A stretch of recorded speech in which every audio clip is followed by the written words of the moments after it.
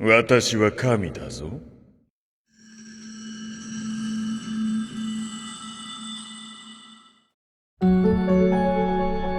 Les théories sur l'univers de One Piece sont nombreuses et particulièrement autour du personnage d'Ener. Rien de très étonnant puisque c'est le seul antagoniste majeur de la première moitié de Grand Line dont on reste sans nouvelles.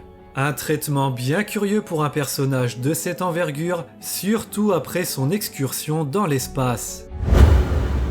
Si vous ne connaissez pas cette histoire, c'est normal.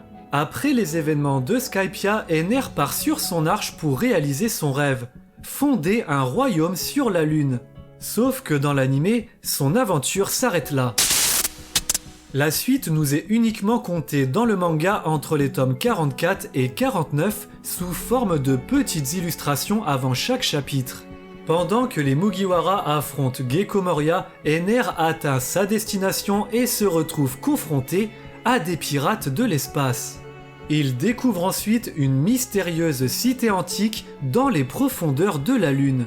Cette cité du nom de Bilka renferme une armée d'automates et d'étranges hiéroglyphes lui révélant une partie des secrets du monde de One Piece. On ne dirait pas comme ça, mais cette curieuse histoire est certainement l'une des plus importantes de tout le manga. Pour aborder la fin de One Piece dans les meilleures conditions possibles, il est impératif de connaître ces événements et surtout de bien comprendre les révélations qui y sont faites. Si ce n'est pas votre cas, je vous ai préparé un décryptage complet sur la chaîne pour vous mettre à jour. Vous y découvrirez le sens caché de Skypiea, les secrets de la Lune, sa civilisation disparue et sa technologie antique en lien avec l'histoire du siècle oublié. Je m'attarde aussi sur la place d'Ener dans la mythologie de One Piece en vous démontrant qu'il aura un rôle d'une importance capitale à tenir. Un rôle que l'auteur prépare soigneusement en coulisses depuis plus de 15 ans. Je vous laisse le lien du premier épisode en description sous la vidéo. Idéalement, je vous conseille de visionner le décryptage d'Ener sur la Lune en priorité puisque cette vidéo en est la suite directe. Dans tous les cas, j'ai fait en sorte que vous puissiez apprécier cet épisode au maximum quel que soit l'ordre de visionnage que vous choisirez. Vous l'aurez compris, pour cette première série d'analyses, je m'attaque à l'œuvre d'Eiichiro Oda et vous propose d'enrichir votre expérience One Piece. Le tout sans aucun spoiler des derniers chapitres si vous ne regardez que l'animé. Vous le constaterez par vous-même, je m'appuie uniquement sur des sources fiables telles que le manga ou les databooks pour vous proposer des décryptages rigoureux qui mettent en lumière certaines subtilités et mystères bien gardés de l'univers de One Piece. L'aventure d'Ener dans l'espace nous a permis d'entreprendre un premier voyage dans le passé avec l'histoire de la civilisation lunaire. Alors cette fois-ci, nous allons effectuer la démarche inverse et explorer le futur de l'œuvre à travers une prédiction qui reposera sur les nombreux indices laissés par le mangaka. Mais avant d'entrer dans le vif du sujet, il faut revenir sur le traitement très spécial que l'auteur attribue au personnage d'Ener. Vous le savez, Eiichiro Oda est un scénariste extrêmement rigoureux qui prend toujours soin de nous montrer l'évolution de ses personnages à chaque nouvelle étape de son récit. Et c'est particulièrement vrai après l'ellipse des 2 ans. Oda nous offre de nombreuses illustrations pour nous donner des nouvelles de ses personnages secondaires, même les plus anecdotiques. De plus, tous les grands antagonistes que Luffy a affrontés sur la première moitié de Grand Line ont fait leur retour dans le Nouveau Monde pour se placer sur l'échiquier mondial en vue de la bataille finale pour le One Piece. Tous à l'exception d'Ener, qui est le seul à avoir totalement disparu des radars depuis la fin de sa mini-aventure sur la Lune en 2008. Et pour rappel, en 2008, nous étions sur Thriller Bark. Autant dire que c'était il y a une éternité. Dans le courrier des lecteurs, l'auteur éclaircit certains points qu'il n'a pas le temps d'aborder dans son œuvre. Mais étrangement, il ne revient jamais sur le cas d'Ener et encore moins sur ses découvertes sur la Lune.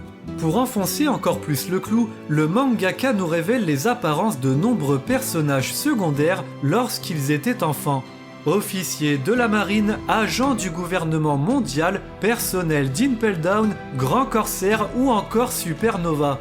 Mais comme d'habitude, Oda fait l'impasse sur l'ancien dieu de Skypiea. Les seules miettes qu'il nous offre sont des dessins hors contexte du personnage qui se comptent sur les doigts d'une main. On serait alors tenté de ranger Ener dans la même catégorie que les antagonistes d'East Blue. Un adversaire ponctuel qui n'apparaît que le temps d'un arc et qui n'aurait alors plus rien à raconter. Grossière erreur, l'aventure d'Ener démontre qu'il est le dernier héritier du pouvoir de la civilisation lunaire. À ce titre, il est intrinsèquement lié à l'histoire du siècle oublié et au One Piece. En plus de ça, le voyage d'Ener sur la Lune repousse les limites et les frontières du récit. L'histoire de One Piece, qui se déroulait initialement sur Terre, s'étend désormais jusque dans l'espace. Alors qu'un tel événement mériterait un minimum d'explications, Oda laisse délibérément cette histoire en suspens depuis plus de 15 ans. Bien entendu, l'auteur n'a pas oublié Ener, puisqu'il apparaît toujours sur certaines illustrations promotionnelles. Connaissant sa réputation de ne rien laisser au hasard dans la construction de son œuvre, il apparaît clair qu'Oda se joue de nous. Il y a une volonté évidente de sa part d'écarter tout ce qui gravite autour d'Ener et des secrets de la Lune. Du moins, pendant un certain temps. Naturellement, cette situation suscite de nombreux fantasmes de la part des fans, notamment sur les circonstances du retour d'Ener. La thèse majoritairement admise voudrait qu'il revienne de lui-même sur Terre pour nous apporter des réponses. Mais en ce qui me concerne, c'est plutôt le scénario inverse qui se profile. Ce sont les Mugiwara qui viendront jusqu'à lui. Une idée qui peut sembler invraisemblable, pourtant de nombreux éléments concordent dans ce sens. Une fois arrivé au bout du Nouveau Monde, l'équipage devra se rendre sur la Lune. En réalité, les découvertes d'Ener dans l'espace n'étaient qu'une simple mise en bouche. L'aventure spatiale qui se profile fera basculer l'œuvre dans un tout autre paradigme. À cette occasion, Ener réapparaîtra enfin, et en tant que dieu autoproclamé, son retour sera synonyme de grande révélation et de bouleversement pour le récit. C'est justement ce futur que nous allons tenter d'explorer. Pour être pertinente, cette prédiction s'appuiera sur 3 principes bien connus utilisés tout au long de One Piece. Dans un premier temps, on va tenir compte du principe dramaturgique du fusil de Tchekhov. Si vous montrez un fusil dans l'acte 1, c'est que vous avez l'intention de vous en servir dans l'acte 2 ou l'acte 3, sinon ça ne sert à rien de le montrer. En d'autres termes, si l'auteur présente un élément au cours de son récit, il doit forcément avoir son utilité plus tard. Sinon, il est inutile de mentionner sa présence. Par exemple, si le coffre Tamatebako a été introduit sur l'île des hommes poissons, c'est pour que son explosion permette la fuite des Mugiwara du territoire de Big Mom. Nous allons également nous appuyer sur le principe du foreshadowing. Il s'agit d'une notion narrative un peu plus subtile que la première. L'auteur dissémine des indices au cours de son œuvre que le lecteur ne remarque pas forcément à la première lecture. Ces indices permettent de préparer un événement futur ou une révélation. Avant d'entrer sur Grand Line, quand Sanji nous dit qu'il a déjà entendu parler de bateaux gravissant des montagnes, cela semble anodin à la première lecture. Sauf que cette information prend une toute autre mesure lorsque son passé de prince déchu est révélé. Les navires du Germa 6 sur lesquels il a passé son enfance étant effectivement les seuls navires au monde capables de traverser la ceinture de Red Line. Enfin, le dernier principe qu'on va prendre en compte dans notre raisonnement est le parallélisme. Certains événements qui ont eu lieu sur la première moitié de Grand Line sont amenés à se répéter dans le Nouveau Monde. Eiichiro Oda adore faire des parallèles entre la première et seconde partie de son manga. Ils sont particulièrement nombreux et utiles pour permettre d'entrevoir la suite du récit. Depuis le début de cette histoire, elle a toujours été au-dessus de nos têtes, observant silencieusement le cours des événements. Alors qu'on le prenait pour un fou sur Skypiea, Ener avait en réalité compris avant tout le monde l'importance de cet astre. Le temps est maintenant venu de le rejoindre et de faire cap vers la destination la plus somptueuse qui soit. les terres infinies de Fairyverse.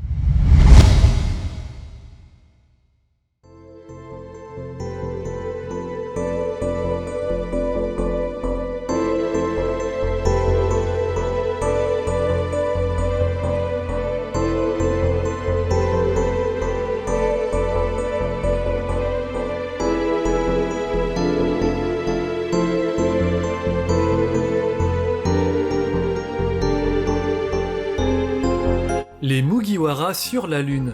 Impossible, voire incompatible avec une histoire de piraterie. Alors soyons clairs dès le départ. One Piece n'est pas une histoire de pirates. Pour être plus précis, la piraterie et la quête d'un trésor ne sont qu'un cadre et un prétexte scénaristique pour poser un univers aux enjeux bien plus complexes.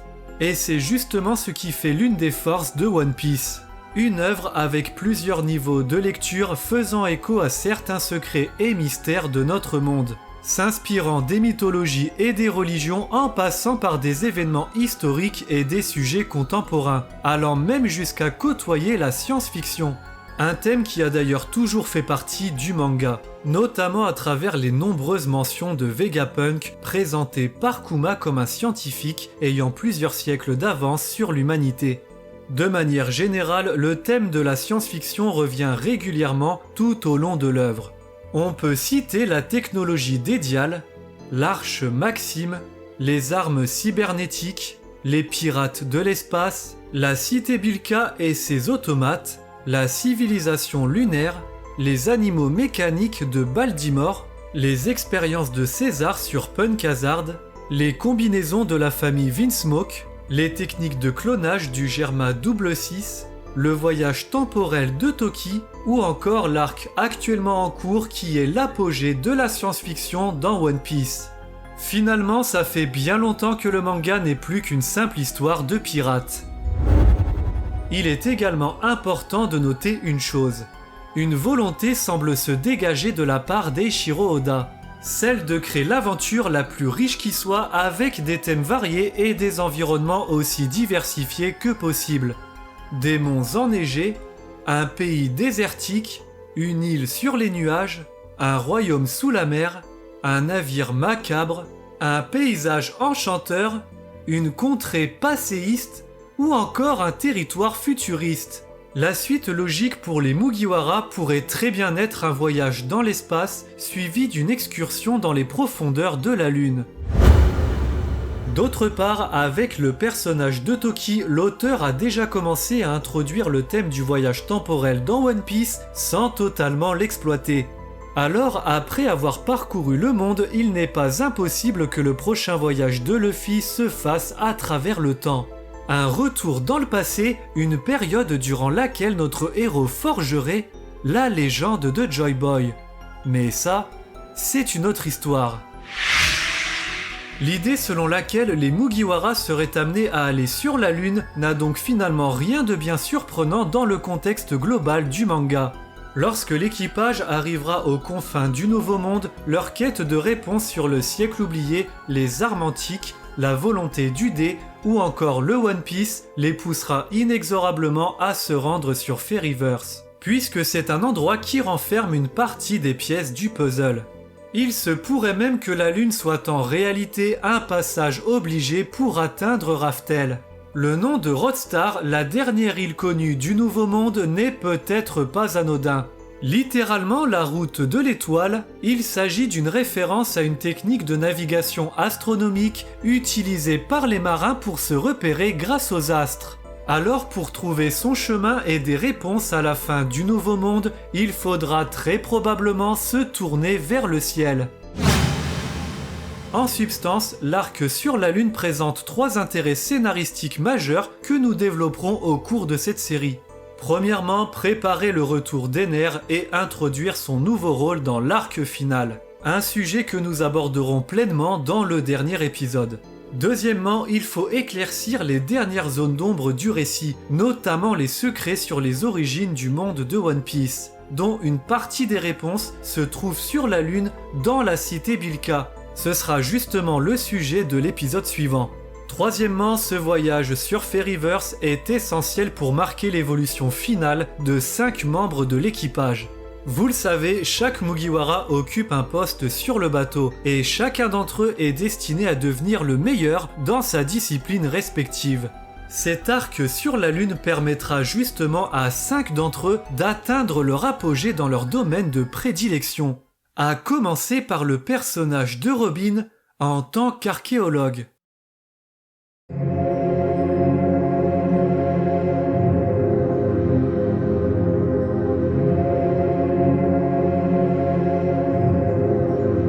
Les poneglyphes éparpillés à travers le monde sont tous connectés entre eux et aux armes antiques.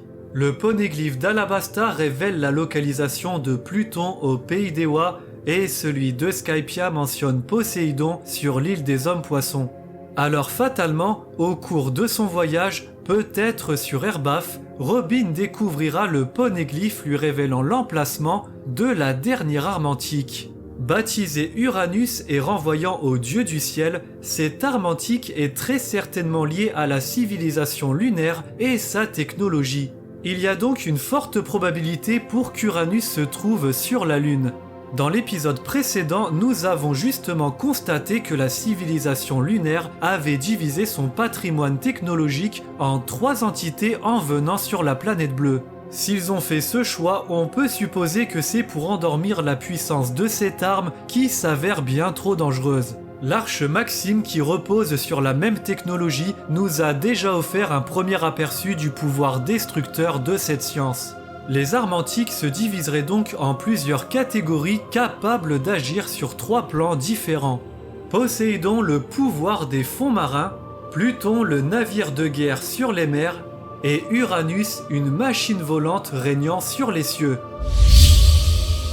En apprenant l'existence d'une de ces armes sur la Lune, les Mugiwara seront motivés à se rendre sur place pour se rapprocher des secrets du One Piece. Surtout qu'un tel voyage sera une grande source d'excitation pour Luffy, sa soif de liberté et d'aventure le poussant constamment à explorer les lieux les plus reculés et inattendus autour de la planète.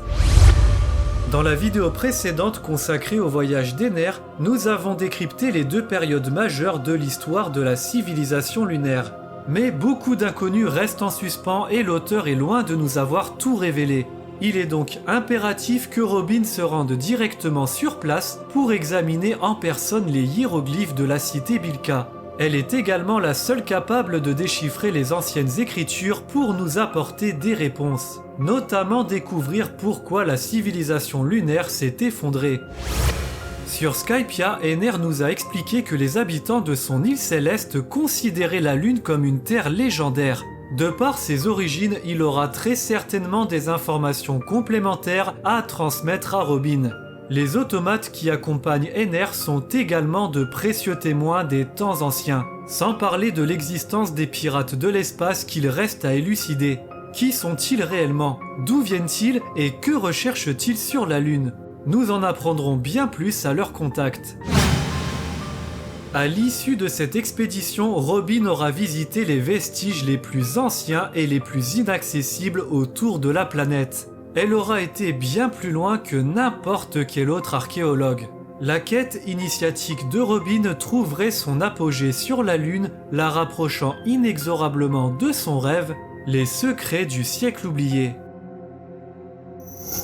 Mais avant d'en arriver là, il va se poser un problème. Comment les Mugiwara vont-ils s'y prendre pour atteindre Fairyverse? Dans la première moitié de Grand Line, l'équipage était justement confronté au même problème pour se rendre sur Skypia. Un premier parallèle va se mettre en place entre l'île céleste et la Lune. Sauf que cette fois-ci, l'équation est bien plus difficile à résoudre. Dans le cas d'Ener, il a pu se rendre dans l'espace grâce à son arche reposant sur la technologie de ses ancêtres. En plus de ça, ses origines lui permettent sans doute de survivre dans l'espace. Les ressources naturelles de la Lune étant épuisées, il se pourrait même que ses pouvoirs de Logia lui permettent de survivre sans avoir besoin de nourriture. Le défi est donc de taille pour les Mugiwara et très excitant d'un point de vue narratif. Surtout que depuis Skypia et l'île des hommes-poissons, ça fait bien longtemps que dans One Piece on n'a pas eu un gros challenge pour atteindre une destination difficile d'accès. préparer et envoyer un navire sur la Lune tout en développant des combinaisons spatiales pour l'équipage, au sein des Mugiwara, un seul homme est capable d'un tel exploit.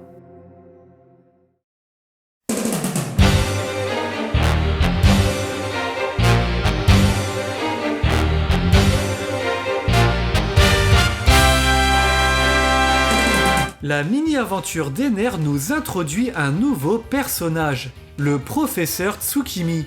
Il était en mesure de construire des automates semblables à ceux de la cité Bilka. Il connaissait donc la technologie des habitants de la Lune. Pour rappel, avant de mourir, ce mystérieux vieil homme vivait sur l'île de Karakuri, aussi connue sous le nom de Baltimore. Il s'agit entre autres du lieu de naissance de Vegapunk où Franky a justement passé 2 ans. Autre point important à noter, le symbole des pirates de l'espace rappelle étrangement le crâne allongé du scientifique de la marine. On peut alors supposer que ces créatures ont été créées par Vegapunk et envoyées sur la Lune pour réaliser des fouilles archéologiques. De par ses liens avec le professeur Tsukimi et les pirates de l'espace, Vegapunk semble donc être rattaché d'une manière ou d'une autre au mystère qui entoure la Lune. À ce titre, il aura forcément une implication plus ou moins directe dans le voyage des Mugiwara dans l'espace. D'autre part, l'ellipse des 2 ans nous montre que Franky est passé du statut de charpentier à celui d'ingénieur au sein de l'équipage. Au même titre que Zoro qui est destiné à surpasser Mihawk en devenant le meilleur épéiste du monde, Franky est lui aussi destiné à surpasser Vegapunk en devenant le plus grand ingénieur de la planète. C'est justement dans ce but que Franky est envoyé sur l'île de Baltimore par Kuma. En prenant connaissance des travaux du scientifique de la marine, le Mugiwara poursuit son initiation et franchit un nouveau cap en construisant le Général Franky. Une invention qui résulte de l'assemblage complexe de plusieurs machines pour n'en former plus qu'une. Le pirate de fer est à l'origine une idée que Vegapunk n'a jamais pu concrétiser dans sa jeunesse. Mais Franky est parvenu à réaliser cet exploit en seulement 2 ans malgré les siècles d'évolution que demande cette invention. Par la suite, les compétences du Mugiwara ne manquent pas de surprendre César, qui montre un certain intérêt à s'approprier ces technologies. Ainsi, que ce soit par l'intermédiaire de Vegapunk ou par ses propres moyens, Franky est tout à fait en mesure de concrétiser un voyage sur la Lune en apportant les modifications nécessaires à son navire. Surtout que le Sunny n'a pas encore surpassé le Meri sur un aspect. Le premier navire des Mugiwara a pu se rendre sur les îles Célestes, un exploit que le bateau de Franky n'a jamais eu l'occasion d'accomplir. Alors pour surpasser définitivement le Meri dont il est le successeur, le Sunny se doit d'exécuter une performance bien supérieure. Ce qui créerait un deuxième parallèle avec Skypia. D'un côté le Meri capable d'atteindre les nuages et de l'autre le Sunny emmenant l'équipage encore plus haut jusqu'à la Lune. Et si vous pensez qu'un bateau dans l'espace serait complètement hors sujet, n'oubliez pas que les Mugiwara n'ont pas eu besoin de sous-marins pour atteindre l'île des Hommes-Poissons. Et n'oubliez pas non plus que l'Arche Maxime a déjà démontré qu'il était possible d'envoyer un navire sur la Lune. D'ailleurs, à ce stade du manga, le vaisseau d'Ener est très certainement le seul navire qui peut rivaliser avec le Sunny en termes d'avancée technologique et de force de frappe. Mais ce voyage sur Fairyverse permettrait à Franky de s'approprier les techniques de la civilisation lunaire, lui permettant au passage de faire évoluer ses armes et le Sunny à des niveaux encore supérieurs jusqu'à surpasser l'Arche Maxime. Le Sunny n'aurait alors plus d'équivalence sur les mers comme dans les cieux, devenant ainsi le vaisseau le plus performant de la planète. Un navire digne d'accueillir le nouveau roi des pirates. Vous l'aurez compris, cette nouvelle aventure serait une occasion parfaite pour mettre en avant les compétences de Franky en tant qu'ingénieur de l'équipage. D'autant plus qu'il n'a pas été mis sur le devant de la scène depuis bien longtemps. Cette épreuve lui permettrait non seulement de renforcer son arsenal en vue de la bataille finale, mais elle serait également en accord avec son développement personnel tout au long du manga. Franky travaillant constamment sur l'amélioration de son navire en y ajoutant de nouvelles technologies. Ce bateau de rêve capable d'aller n'importe où sur la planète et même au-delà, Franky le concrétiserait enfin.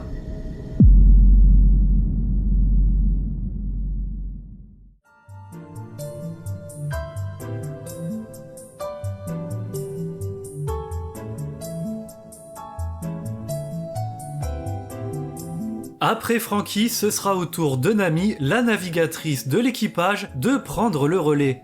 Elle devra guider ses compagnons dans un environnement auquel elle n'a encore jamais été confrontée.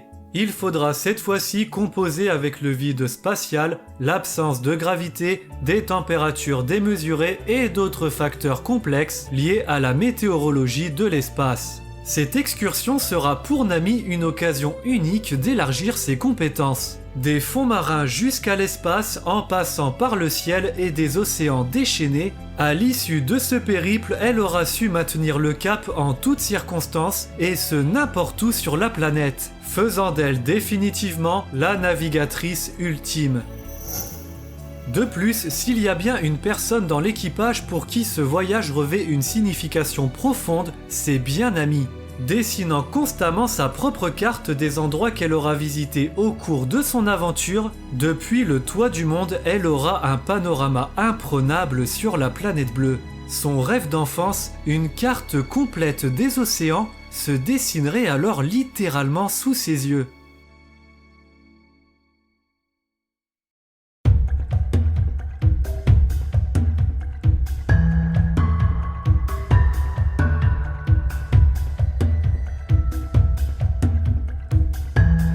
Pour appuyer Nami, l'équipage pourra également compter sur les aptitudes de Jinbei, le timonier du Sunny.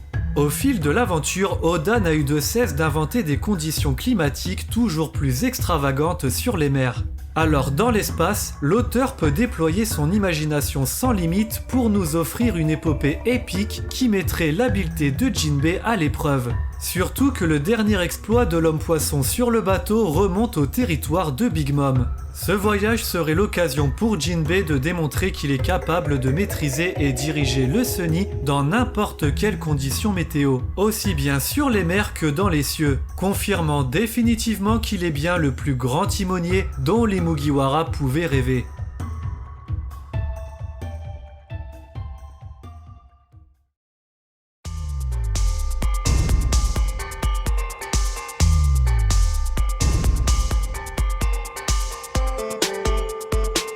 On termine ce tour d'horizon avec le 5e Mugiwara qui potentiellement atteindra son évolution ultime sur la Lune.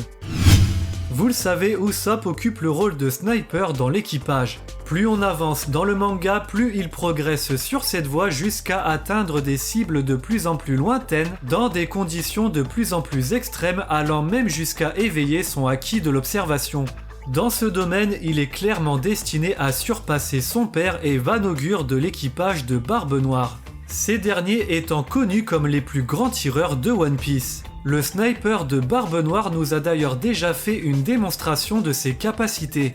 Depuis l'île de Jaya, il touche au fusil une mouette en pleine mer qui volait au-dessus du navire des Mugiwara. Une prouesse d'autant plus spectaculaire puisque l'île n'est même pas visible à l'horizon depuis le pont du bateau. Un coup d'éclat qui n'est pour Van-Augure qu'une simple distraction. Alors si Usopp veut affirmer sa suprématie dans cette discipline, il doit être capable de réaliser un exploit qui ferait incontestablement de lui le numéro 1 des tireurs.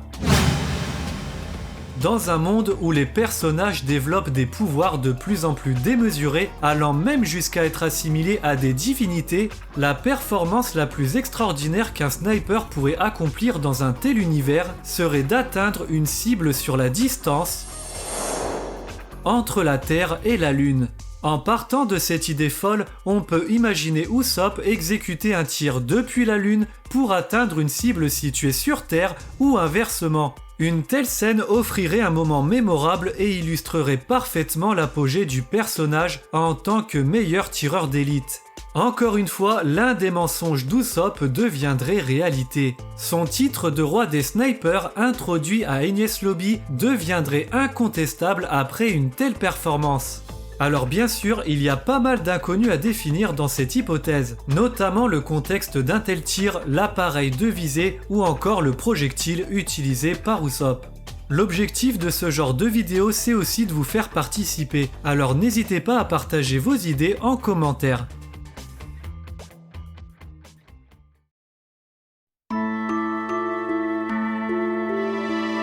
Dans la vidéo précédente, nous avons démontré que la cité Bilka située sur la Lune fonctionne sur le même principe que l'Arche Maxime. Pour faire circuler l'énergie électrique du Gorogoro no Mi, la cité doit être entièrement composée d'or. La Lune est donc un endroit qui regorge de richesses matérielles. En plus des bénéfices précédemment cités pour 5 membres des Mugiwara, cette expédition sur la Lune serait aussi une opportunité pour l'ensemble de l'équipage de dénicher des trésors et des objets qui leur seront utiles pour la fin de l'aventure. Dans le premier épisode d'Ener sur la Lune, nous avons notamment expliqué que les habitants du ciel avaient laissé leurs dials les plus rares et puissants sur Fairyverse avant de s'installer sur les nuages. Un troisième parallèle avec Skypiea se mettrait alors en place. Sur l'île céleste, les Mugiwara ont récupéré de nombreux dials permettant à Nami et Usopp d'améliorer leurs équipements. Mais sur la Lune, l'équipage récupérerait cette fois-ci des dials encore plus rares et puissants. Peut-être même d'autres artefacts inconnus et inédits à ce jour. Des outils qui s'avéreront précieux pour augmenter le niveau de puissance de certains membres de l'équipage en vue de la confrontation finale pour le One Piece. On arrive au terme de cette première partie, alors je vous propose de conclure sur un potentiel foreshadowing qui remonte à 2001. Sur la première page du tome 19, Oda dessine pour la première fois Luffy en combinaison de spationaute. Il faut savoir que l'auteur s'est déjà servi de ce genre d'illustration pour annoncer des événements futurs dans son manga. Comme par exemple sur la page de couverture du chapitre 310. Luffy y est présenté comme un samouraï et porte un emblème similaire à celui du clan Kozuki. Une illustration qui nous annonce indirectement l'arc du Pays d'Ewa qui prendra place 15 ans plus tard. Partant de ce postulat, il y a de quoi se demander si plus de 20 ans auparavant, Oda n'était pas déjà en train de nous annoncer l'arc à venir sur Fairyverse. Quoi qu'il en soit, nous allons continuer de prendre un peu d'avance sur l'histoire en se projetant toujours plus loin dans l'hypothétique futur de One Piece. Dans le prochain épisode, nous allons entamer notre alunissage et nous attaquer à l'une des plus importantes révélations de toute l'œuvre. Une révélation qui justifie à elle seule pourquoi l'auteur a mis Ener de côté pendant si longtemps.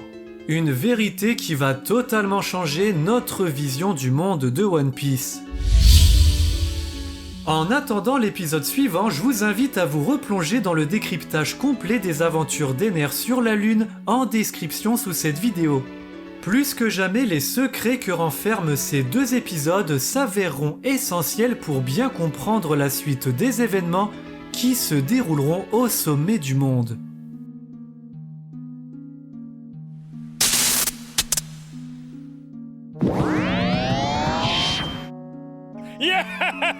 Subarashi!